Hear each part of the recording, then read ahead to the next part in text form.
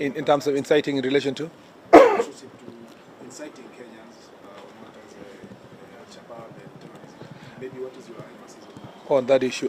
Let me say this, that it behooves every citizen of this republic to carry out themselves in a manner that is patriotic and in a way that they can be considered responsible to their Chapter 10 provisions of national values and principles of governance.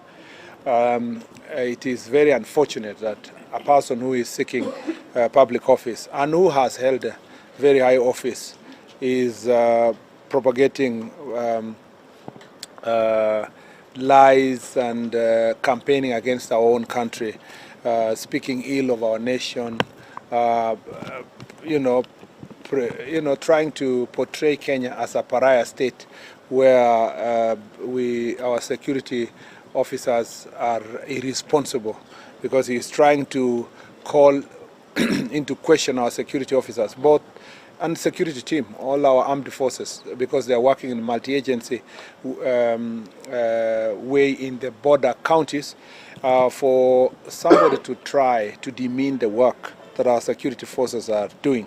And having held a very high office just less than a year ago is extremely unfortunate, particularly when we know that every other day our men and women are making great sacrifice from Boni Forest all the way to Mandera, all the way to Lake Turkana, and all the way to Kwanza here, where we have porous borders, that we have different challenges, but particularly in Mandera, Wajir, Garissa, Lamu, and Tana River, where a lot of challenges have been there for many years.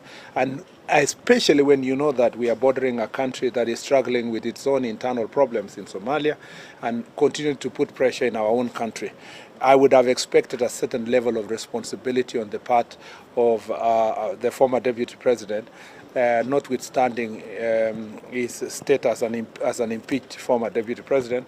I still thought that as a citizen of this country, even when he's outside office, he will realize that there are certain boundaries that you cannot do politics with when it comes to our country. Now, since he has information, you can see liars, this pathological liar, you can see through his lies. 1 minute he is saying that he has information that is relevant to dealing with Alshabaab and people who are doing business and collaborating with the enemy. In the other minute, when he's told to put that information in a proper record, he starts running away that he's not going to record that information. That means that's just lies and sound bites for social media and for purpose of inciting the public and disparaging the nation. If he is a man enough and he is a person of integrity, he should put his allegations in writing, together with the evidence that he has, the people who are in the meeting that he is alleging that the meeting, the businesses that those people bring, the collaborators. Since he seems to have a lot of information, it is laughable that a citizen of the Republic of Kenya who is seeking high office is telling the citizens of this country would rather appear before a senate of another country than his own country. We are not stupid people. We are looking through.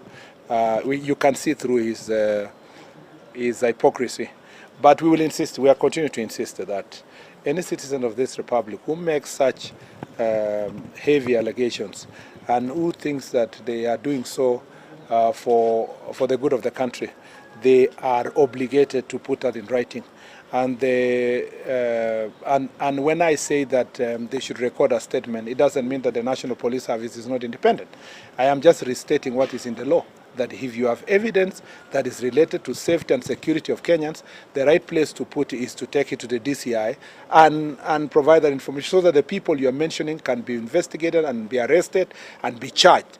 But until you put that information in writing, the rest is just pure propaganda and falsehood that must be treated with the contempt that it deserves. So I challenge the former deputy president